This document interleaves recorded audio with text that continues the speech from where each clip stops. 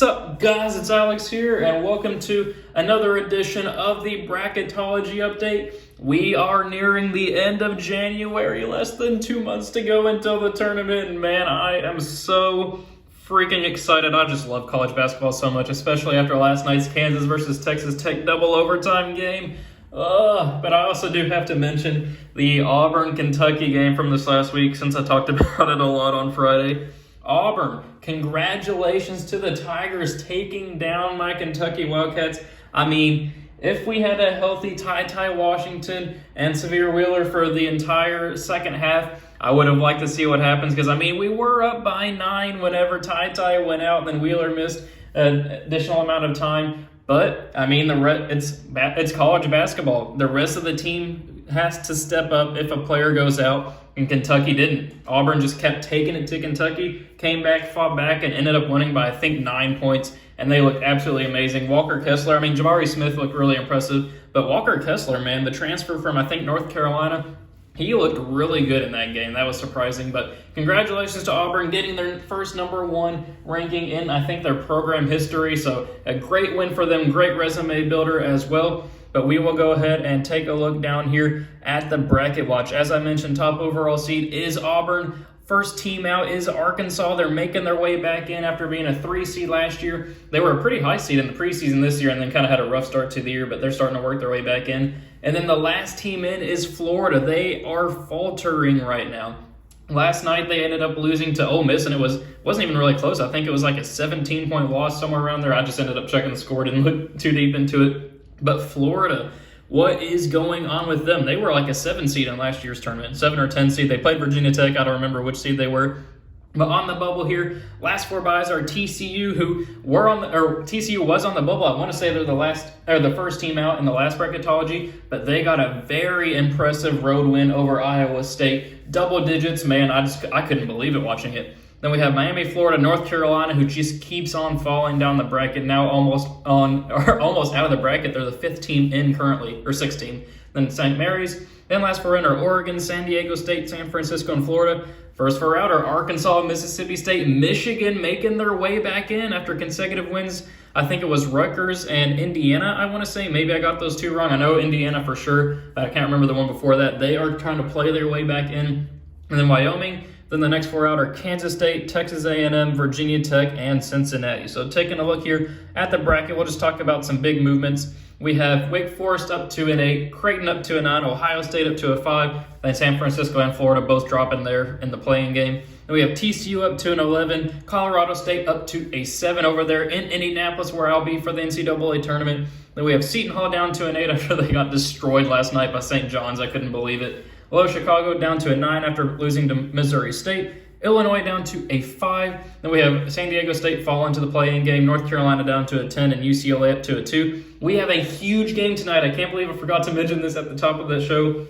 I say it like it's a show or whatever, Bracketology update. UCLA versus Arizona tonight. That is going to be absolutely huge. I think it's number 3 versus number 6 or 7, I want to say, in the rankings. But either way, Arizona's a 1 seed in the Bracketology. UCLA is a 2 seed. Make sure you stay up to watch it because it's at like 11 o'clock Eastern time where I live. So, I mean, I'll probably end up watching it just because I love college basketball. But we got to keep our eye on that game. Then taking a look in the San Antonio region, Tennessee up to a 4 after beating LSU. That was a good quality win.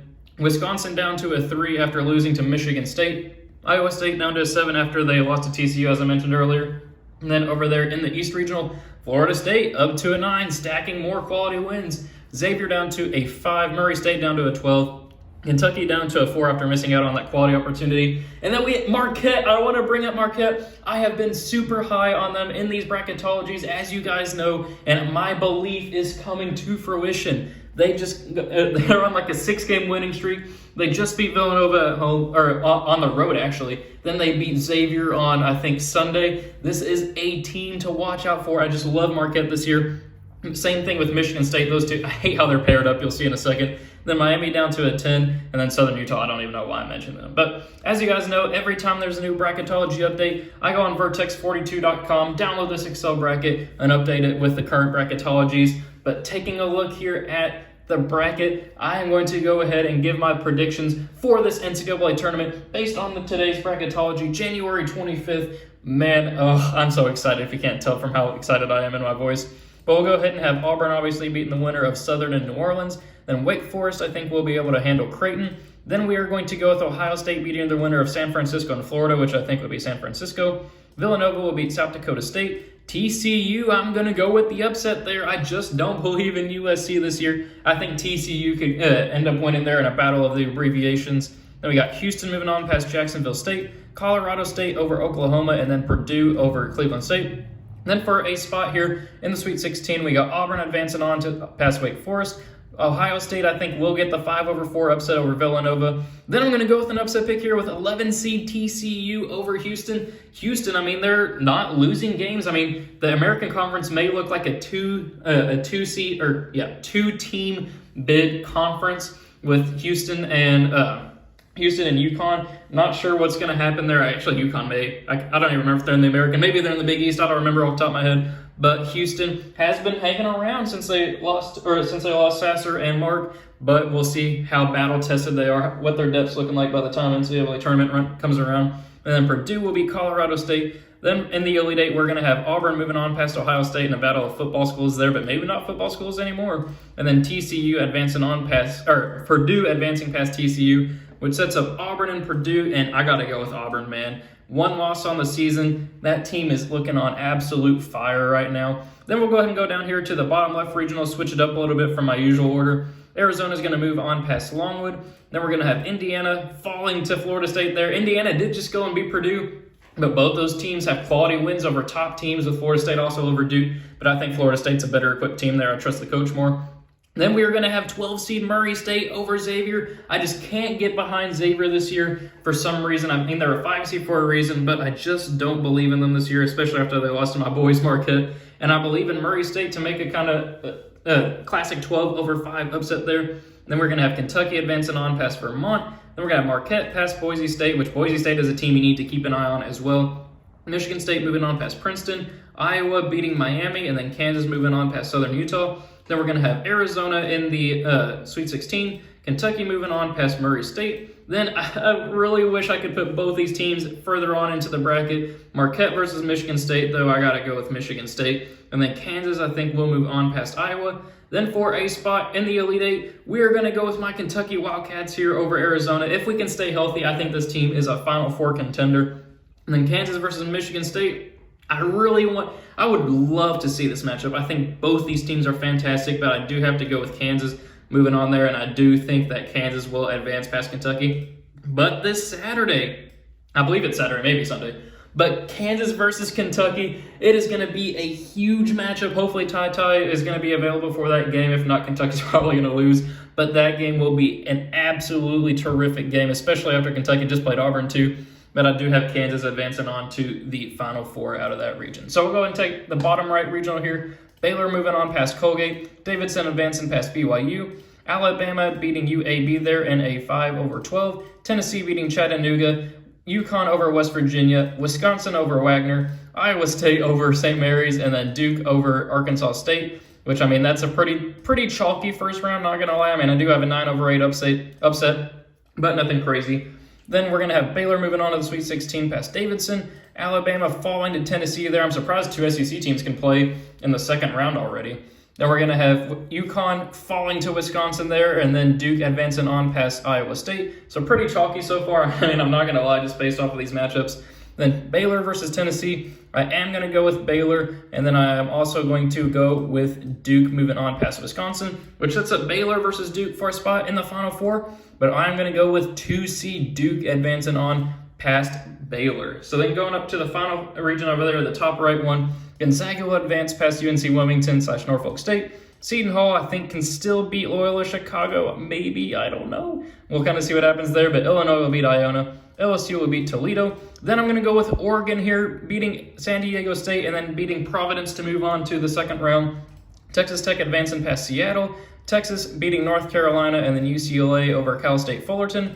Then for a spot in the Sweet 16, Gonzaga moving on past Seton Hall. Then we are going to also go with LSU advancing on past Illinois, though I think they're on like a 3-game losing streak or something like that right now. Texas Tech will beat Oregon, and then UCLA will beat Texas, so we're not going to have a Big 12 matchup there. Gonzaga will beat LSU to advance to the Elite Eight, along with Texas Tech over UCLA. I love Gonzaga, Texas Tech, and UCLA. Why do they have to get paired up here just in their regional? Why can't we have them spread out a little bit throughout the course of the bracket? But Gonzaga versus Texas Tech, battle. Actually, no, Texas Tech didn't play Gonzaga. Did they play Gonzaga? I don't remember. I know they played Purdue, or not Purdue. I don't know what I'm saying. They played Virginia in the national championship game. That's what I was going for. But Texas Tech, I think, is getting battle tested right now. I think they'll be able to beat Gonzaga. Texas Tech advances to the Final Four. So we only have one number one seed here in the Final Four. We have 1 seed Auburn, we have 2 seed Kansas, 2 seed Duke, and 3 seed Texas Tech. But to get to the national championship game, I am going to go with Auburn here advancing on past Kansas, along with Duke advancing past Texas Tech. I'd love to see Texas Tech there. And we also have Kansas versus Texas Tech, a rematch of last night, but both teams falling in the Final Four. Auburn versus Duke for the national championship. Do I want to go with Duke? Actually, I don't know. I'm going to go with the Auburn Tigers, though, winning the national championship. I had to debate it a little bit, but I do think I am going to go with Auburn there. They're looking like the best team in college basketball right now, starting to separate themselves a little bit from the pack. I feel like there's like 6 or 7 really good, championship contenders this year that nobody is truly separating themselves from the pack, but Auburn is the leader of the pack, so I got to go with them winning the national championship. So thank you guys for watching. I hope you enjoyed it. Leave a like and subscribe if you did. Let me know what you think of my predictions in the comment section below. Let me also know your predictions in the comment section. Thank you guys for watching. Hope you enjoyed it, and I will see you all later.